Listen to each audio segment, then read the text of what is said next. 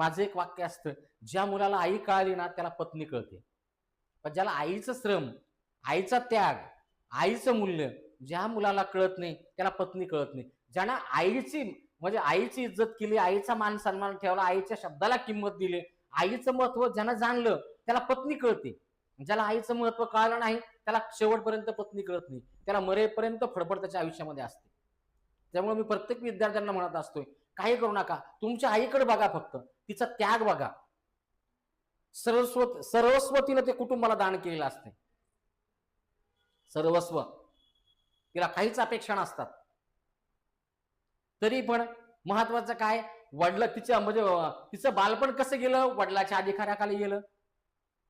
तारुण्य कुठे गेलं, पतीच्या अधिकाराखाली गेलं, तिथेही ती गुलामच होती. आणि मग शेवटच्या टप्प्यामध्ये तुम्ही पुत्र म्हणून जिनं तुम्हाला जन्म दिलेला आहे, तिची